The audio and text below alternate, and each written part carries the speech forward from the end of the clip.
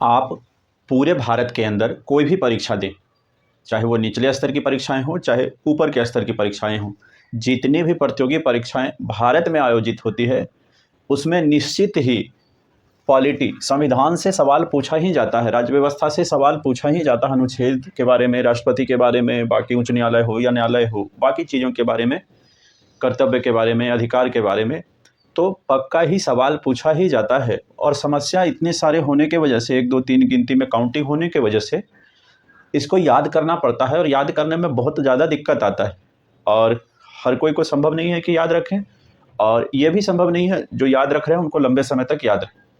तो पढ़ाई करने का या किसी भी चीज़ को सीखने का सबसे अच्छा तरीका है, पहले उन चीज़ों के बुनियाद को समझें, बेसिक्स को समझें। एक बार बेसिक समझ जाएंगे तो याद नहीं रह सकता, लेकिन आपको एक मोटा मोटी खाका सारे चीज़ों का पता चल जाएगा, जिससे आपके गलती करने की संभावना लगभग नगण्य हो जाएगी, न के बराबर हो जाएगी।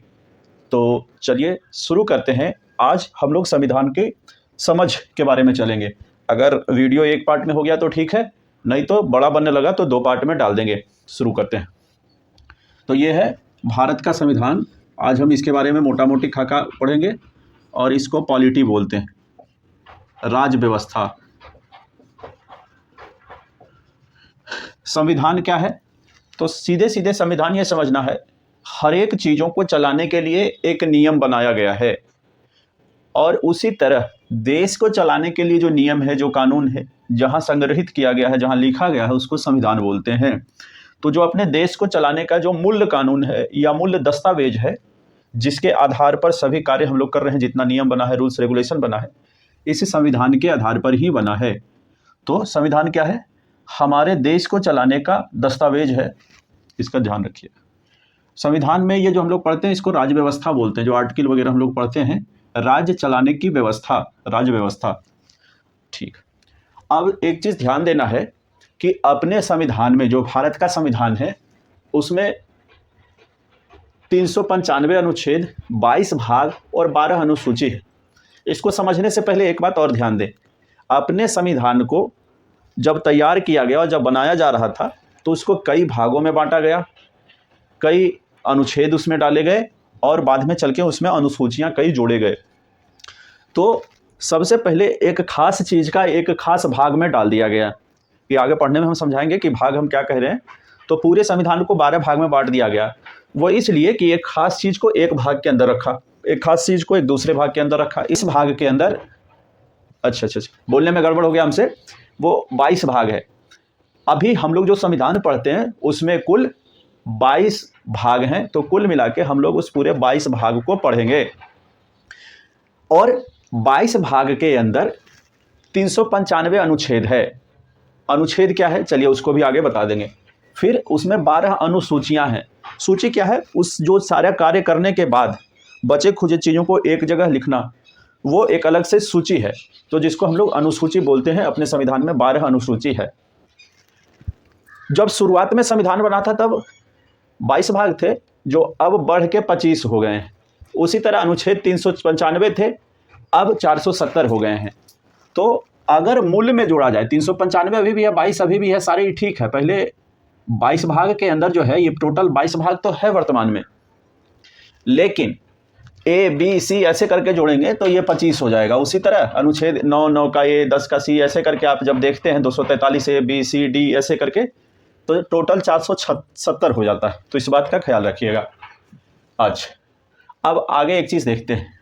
हम लोग जितने भी चीज़ पढ़ते हैं ना, जो हमारा लॉ है, लॉ कानून, वो सारे चीज़ें कहीं ना कहीं हमारा लिखित रूप में है। जो हम इस्तेमाल करते हैं कहीं ना कहीं कॉन्स्टिट्यूशन में होगा, संविधान में। जो चीज़ें संविधान में लिखी हुई नहीं है, वो एक्ट में लिखा होगा, मतलब अधिनियम, जो संविधान के हिसाब से जो नियम, अधिनियम बना, कानून बना, उसमें लिखा होगा। अगर कहीं कानून में एग्जैक्ट नहीं लिखा है, एक्ट्स में नहीं लिखा है, तो रूल्स में लिखे होंगे। कोई एक्ट बना होगा, उसका पालन करने का कोई नियम होगा, तो रूल्स में लिखे होंगे। अगर रूल्स में नहीं होगा तो रेगुलेशन में होंगे। रेगुलेशन क्या है कि पूरा प्रक्रिया किस तरह करना है, किस तरह किस चीज़ का क्या प्रोसीजर होगा, वो रेगुलेशन है। तो हम लोग जो भी कार्य कर रहे हैं, जो भी लगभग सभी चीज़ें इसमें शामिल कर लिया गया है। जो कॉन्स्टिट्यूशन में नहीं होगा, एक्ट में होगा, एक्ट में नहीं होगा तो रूल में होगा, रूल में नहीं होगा तो रेगुलेशन में होगा। कहीं ना कहीं होना है इसको। अगर कहीं नहीं है तो supreme court of India, high court of the state, ये सब बताएंगे कि कहाँ क्या है। वो सब व्याख्या करने का अधिकार उनके पास है। आप हमारे सुप्रीम कोर्ट वाला और वीडियो देख सकते हैं इसके लिए। अब एक चीज़ और, बोलते वक्त हम ना आर्टिकल बोलेंगे तो ये समझना है आपको। हम लोग संविधान में जो टॉपिक है या जो नियम है उसको आर्टिकल कहते हैं, अनुच्छेद। तो आपको एक चीज़ समझना है, हम लोग अलग अलग चीज़ों के लिए अलग अलग शब्द इस्तेमाल करते हैं। जैसे आपने कभी सोचा है कि कोर्ट के फैसला को क्या बोलते हैं? वर्डिक्ट जो कोर्ट का आता है उसको डिग्री बोलते हैं। इससे साफ पता चल जाता है कि ये कोर्ट का फैसला है।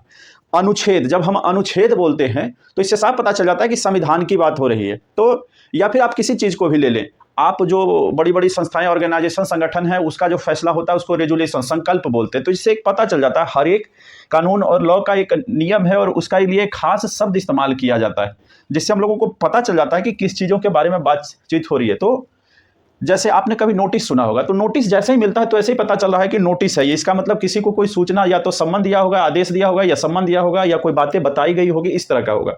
तो बेसिकली हम आपको समझाना ये चाह रहे हैं कि अलग अलग शब्दों का एक अपना अपना महत्व है और मतलब है। और उसी तरह अनुच्छेद क्या है? संविधान के अंदर जो शब्दों का इस्तेमाल, जिन नियमों को बताने के लिए, जो बातें बताने के लिए जो शब्द इस्तेमाल होता है, सीरियली बताने के लिए, चीज़ों को बताने के लिए, उसको अनुच्छेद कहते हैं। आपने जिस तरह आप सेक्शन, धाराएं नाम सुनी होंगी, तो जब जैसे ही धारा लगेगी इसकी मतलब है कि केस, क्रिमिनल केस वगैरह का बात चल रहा है, इस तरह का बात है। जैसे उस पर नहीं सुना होगा कि आपको संविधान संशोधन के लिए सेक्शन धारा 315 का इस्तेमाल हो रहा है, 302 का इस्तेमाल हो रहा है, ऐसा नहीं सुना होगा, आपने अनुच्छेद का इस्तेमाल सुना होगा। तो आप समझिएगा, हम बस शब्दों का इस्तेमाल से समझाना चाहते हैं कि यहाँ हो क्या रहा है, शब्द का क्या महत्व होता है, इन चीज़ों को समझना है। अब आते हैं मूल चीज़ पर, संविधान के ऊपर। एक चीज़ तो आपको समझ गया होगा कि अनुच्छेद किसको कहते हैं, संविधान क्या है। अपने संविधान को 22 भाग में बांटा गया है। तो पहला भाग क्या है? तो एक साधारण समझ से चलना, एकदम साधारण। सबसे पहले किसी भी देश के लिए क्या जरूरी है? तो उसके लिए भूभाग होना जरूरी है। तो सबसे पहला जिक्र अपने संविधान में क्या किया है? अपने भूभाग के बारे में, अपना सीमा होगा, क्षेत्र होगा, कितना बड़ा होगा, क्या होगा, उसके बारे में। तो पहला भाग अपने संविधान का क्या जिक्र करता है? संघ और उसके क्षेत्र, जो 1 से 4 तक है। अब आपको क्या ध्यान रखना, मोटा मोटी, बस मोटा मोटी भाग का आर्टिकल याद रखिएगा। आप 470 आर्टिकल याद नहीं रख सकते हैं, संभव नहीं है। बस ये समझने के लिए एक मोटा मोटी आपसे याद रखना है कि संविधान के अनुच्छेद 1 से 4 तक में क्या जिक्र है? संघ और उसके क्षेत्र के बारे में। दूसरे में क्या है? एक बार अब क्षेत्र बन गया तो कानून किस पर लागू होगा? तो भारत के नागरिकों पर ही लागू होगा। तो उसके लिए जरूरी है कि अपने पास नागरिक हो, लोग हों। तो सबसे पहले जैसे ही देश बना और देश के लोगों पर लागू होना है, तो अपने लोग हैं, उससे कैसे पता चलेगा कि ये देश के मेरे अपने लोग हैं? तो उनको नागरिकता देना होगा। जो लोग हमारे यहाँ के नहीं, उन पर हमारा कानून लागू नहीं होता। तो किसी पर कानून लागू करने के लिए सबसे पहले उनको नागरिकता देना होगा।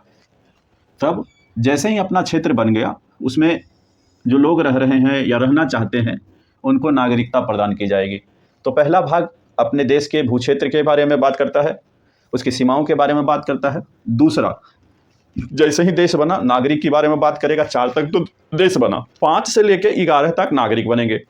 कैसे नागरिकता मिलेगी? जन्म के आधार पर, किसी और आधार पर। तो ये सब ध्यान रखना है, 5 से 11 के बीच में आता है। अब फिर आगे चलते हैं, लॉजिक समझना।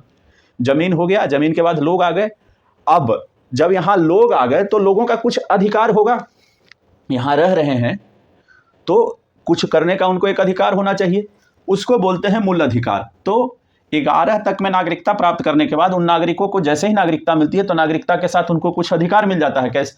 यहाँ के चीज़ों का, इस प्राकृतिक संसाधनों का इस्तेमाल, यहाँ के संसाधन के इस्तेमाल के साथ यहाँ के नियमों का उपयोग करना, लाभ लेना बाकी चीज़ों का, तो उनको एक अधिकार मिल जाता है। तो फिर से ये ध्यान रखिएगा, नागरिकता मिली, नागरिकता के बाद इनको अधिकार मिल जाएगा। 11 तक नागरिकता मिली और 12 से 35 तक में अधिकार मिलेगा। हम बताना ये चाह रहे हैं कि बस आप मोटा मोटी इसका ख्याल रखें।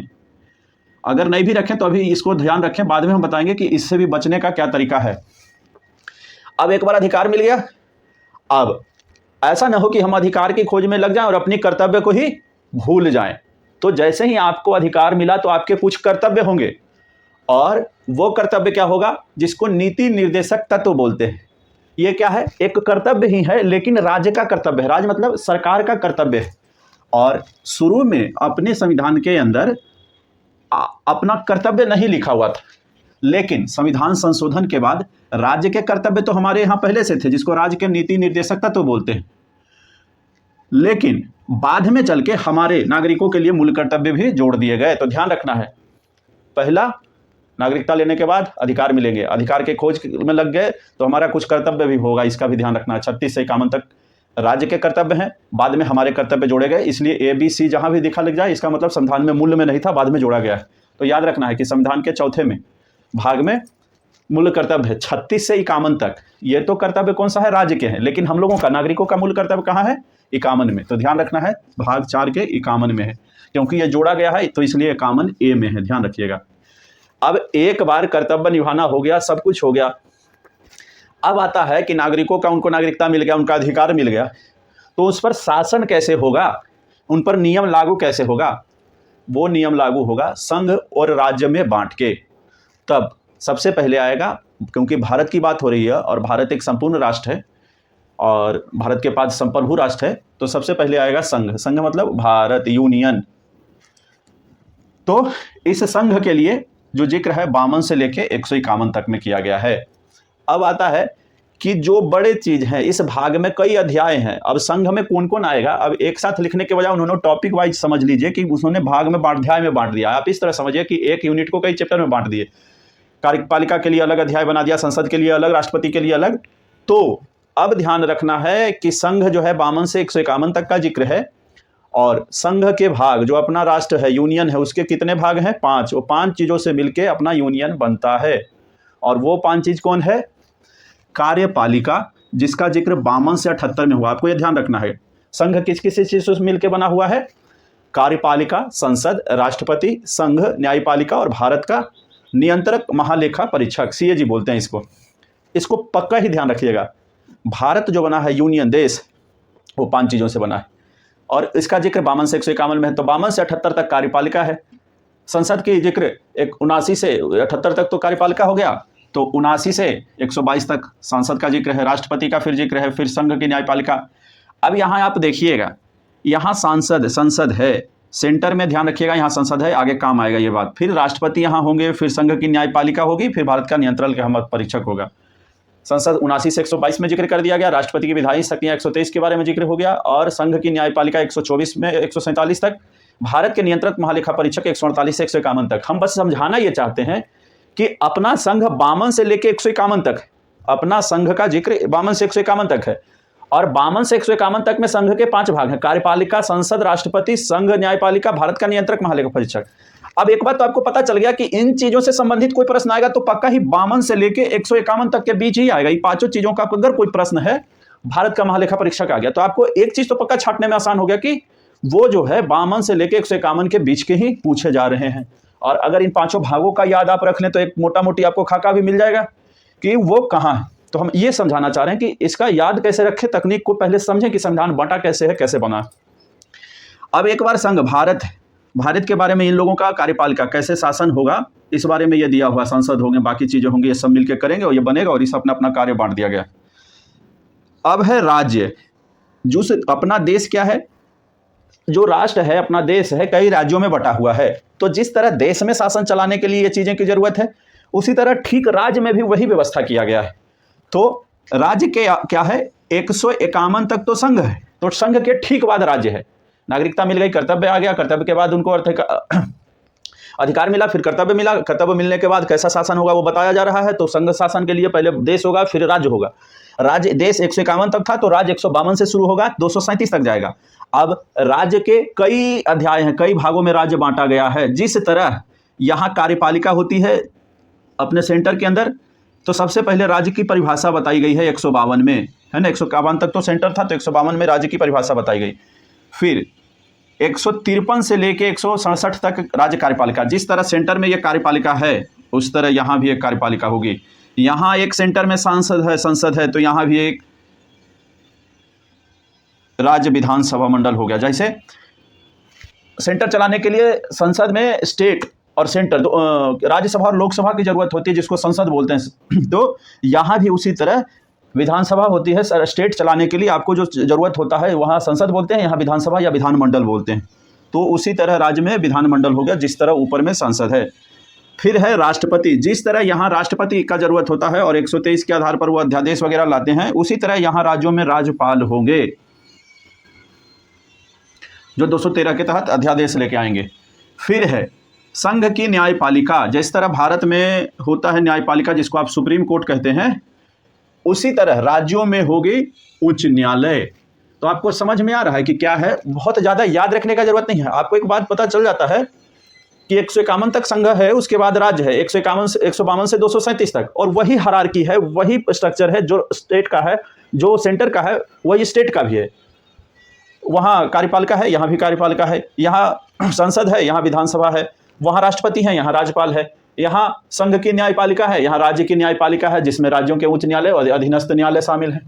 आपको बस ये ध्यान रखना है कि राज्य विधानसभा मंडल है 168 से 212 के बीच में आता है। राज्यपाल की विधायी शक्तियाँ 213 में आती है। राज्यों का उच्च न्यायालय का जिक्र 214 से 231 में किया गया। अधीनस्थ न्यायालयों का जिक्र 232 से 237 के बीच में किया गया है। एक बार इस आप अध्याय को समझ जाएंगे तो उसको अनुच्छेद को याद रखना आसान हो जाएगा आपके लिए। फिर आता है भाग 7। आप 6 भाग तो समझ गए। अब आता है भाग 7, है ना। छठा भाग अपना राज्य था, 5वां भाग संघ था, 7वां भाग निरस्त कर दिया गया। क्या था ना इसमें, एक 7वें में राज्यों की सूची थी, ख कैटेगरी के राज्य। अपने राज्य को ना 4 भागों में ABCD जब वो संविधान बन रहा था तो उसमें कई प्रकार के राज्य थे, जिसमें राजे रजवाड़े थे उनको एक तरफ रखा गया था, प्रिंसली स्टेट थे वो सबको अलग अलग रखा गया था। लेकिन बाद में राज्यों का जब पुनर्गठन हुआ ना भाषा के आधार पर, तो इसको निरस्त कर दिया गया। तो अपने संविधान में भाग 7 है ही नहीं, तो वो 7 है नहीं, लेकिन वो निरस्त कर दिया गया। लिखने में अभी भी वैसा ही लिखा जाता है, ऐसा नहीं कि एक को निरस्त करके नंबरिंग आगे पीछे कर दिया, ऐसा नहीं है। डिलीटेड है लेकिन संविधान में है, इसके कोई कुछ है नहीं, उसमें खत्म कर दिया गया। अब क्या क्या है अपने देश में, कौन कौन क्षेत्र है, अब याद रखना है कि एक बार शासन चलाने में क्या क्या जरूरत पड़ेगा। अपने यहाँ 3 प्रशासनिक क्षेत्र है, एक तो भारत सरकार जो मुख्य क्षेत्र है, फिर दूसरा राज्य सरकार, फिर तीसरा अपने यहाँ यूनियन टेरिटरी भी तो है। तो यही है ये भाग 8 में जिक्र है संघ का, राज्य संघ राज्य क्षेत्र, यूनियन टेरिटरी, दिल्ली, पांडुचेरी, ये तो उसका जिक्र 239 से 242 में है। तो आपको एक बात अब ध्यान तो पक्का रहेगा कि जैसे ही बात होगी कोई भी संघ का शासित क्षेत्र यूनियन टेरिटरी की, तो आपको पता चल जाएगा कि 239 से 242 के बीच का ही कोई सवाल है या कोई बात होगा।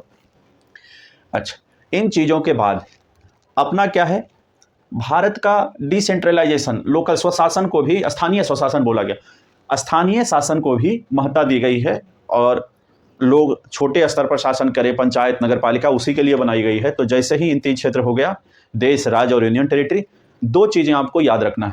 वो क्या है, उसके बाद भाग 9 में पंचायत का जिक्र है और भाग 9A में कार्यपालिकाओं का जिक्र है। तो कहने का मतलब जब मूल संविधान बना था तो उसमें था, बाद में अमेंडमेंट करके नगर पालिकाओं को जोड़ा गया। तो यूनियन टेरिटरी 242 तक है, 243 से पंचायत शुरू हो जाएगा, 243 से 243 O तक, ABCD करके वो है, 2430 नहीं समझना, ये अंग्रेजी का O लिखा हुआ है। और 243 के में ही P से लेके ZG तक नगर पालिकाओं का जिक्र है। तो ध्यान रखना है, भाग 9 में पंचायत और नगर पालिकाएं हैं, अनुच्छेद 243 में इन सबों का जिक्र है। आपको ध्यान रखना है, 243 ही पंचायत और वगैरह।